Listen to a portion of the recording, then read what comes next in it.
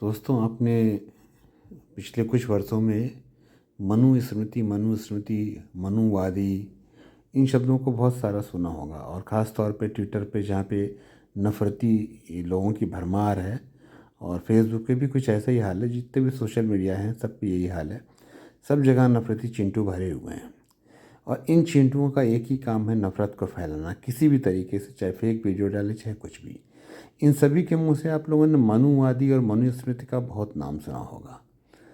जहाँ तक मैं अपनी बात कहूँ तो मैंने अपने बचपन से लेकर जवानी तक में, जब तक भारत के राजनीतिक दृश्य में कांशीराम या मायावती जैसे लोगों का उदय नहीं हो गया था, मनुवादी और मनुस्मृति शब्द सुना ही नहीं था। और ना ही मेरे बाप ने और ना ही मेरे बाप के बाप ने सुना था। इनमें से किसी को नहीं पता था कि ये मनुस्मृति क्या चीज़ है। और मेरा विश्वास है, क्योंकि मैंने अपने गांव में भी देखा कि पूरे गांव में और आस पड़ोस के गांव में और मेरे रिश्तेदारी में किसी को भी मनुस्मृति नाम की किसी भी पुस्तक का कोई ज्ञान नहीं था। जो पंडित लोग कथा वाचन करते थे या जो लोग पूजा कराने आते थे, उनमें से भी कोई मनुस्मृति के बारे में नहीं जानता था। असल में तो हमें धन्यवाद देना चाहिए ये पिछड़े तथाकथित पिछड़े, क्योंकि पिछड़ी नाम की कोई जाति इंडिया में 1990 के पहले होती ही नहीं थी। ये पिछड़ी नाम की जाति तो भारत सरकार के द्वारा नई बनाई हुई जात है। और तथाकथित दलित, क्योंकि ये भी पहले नहीं हुआ करते थे। इन लोगों की कृपा से हम लोगों को ये पता लगा कि मनुस्मृति नाम की कोई बुक या कोई पुस्तक एग्जिस्ट करती है। अब जरा देखें इन लोग का शोर शराबा। मनुस्मृति में ऐसा लिखा है, मनुस्मृति में ऐसा लिखा है, वैसा लिखा है। जरा बताइए, इस देश में 800 साल तक मुसलमानों का, 200 साल तक अंग्रेज़ों का और उसके पहले बौद्धों का शासन था। ये सारे राजकीय धर्म थे, मतलब राजा के धर्म थे, और जो राजा का धर्म होता है प्रजा को मानना पड़ता है। इनमें से कोई भी मनुस्मृति को नहीं मानता था। तो कम से कम पिछले 2000 वर्षों से मनुस्मृति पे आधारित भारत में कोई भी राज्य स्थापित हुआ ही नहीं, और शायद उसके पहले भी नहीं हुआ हो, कौन जानता है, क्योंकि कोई ऐसा उल्लेख नहीं है कि कोई भी राज्य मनुस्मृति के आधार पर चला हो।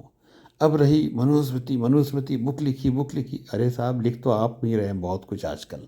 क्या आजकल के हमारे भीमटे खुलेआम हमारे आराध्य देवी देवताओं को और बाकी सभी सवर्णों को गालियाँ नहीं बकते हैं? बिल्कुल बकते हैं। आपकी कलम है, आपका मुंह है, आप लिख रहे हैं। मनु जो थे उनके भी पास भी कलम थी, उनके पास भी लिखने की बुद्धि थी, उन्होंने लिख दिया। क्या उस पर आधारित कोई राजवंश या कोई राज्य चला, ये ज़्यादा महत्वपूर्ण है? तो उत्तर है नहीं। और दूसरी बात, मनुस्मृति में ही लिखा हुआ है कि अगर एक शूद्र चोरी करते हुए पकड़ाए तो उसको चोरी का 4 गुना, लेकिन अगर कोई ब्राह्मण पकड़ाए तो उसको चोरी का 64 गुना देना पड़ता है। अब बताइए, ये तो ब्राह्मणों के साथ अन्याय हुआ। उसी तरह मनुस्मृति कहती है कि ब्राह्मण के पास एक जोड़ी कपड़ा छोड़ के और कोई धन होना ही नहीं चाहिए।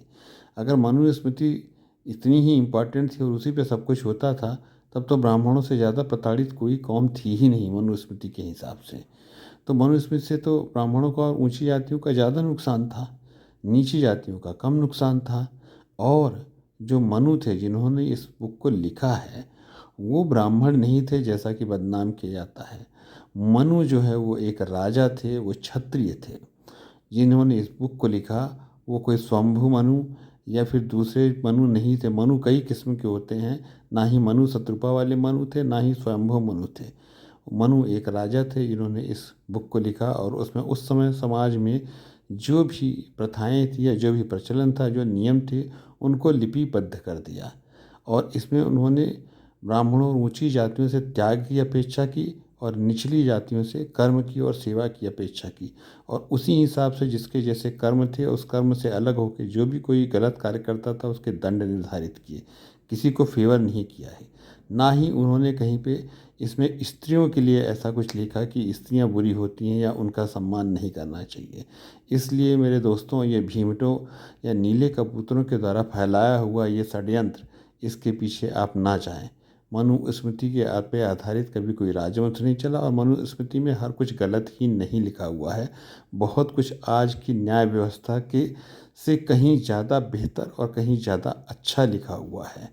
बाकी जो लोग अपनी वोट की राजनीति और नफ़रत की राजनीति ट्विटर पे करते हैं, वो कुछ भी लिख सकते हैं, वो कुछ भी बोल सकते हैं।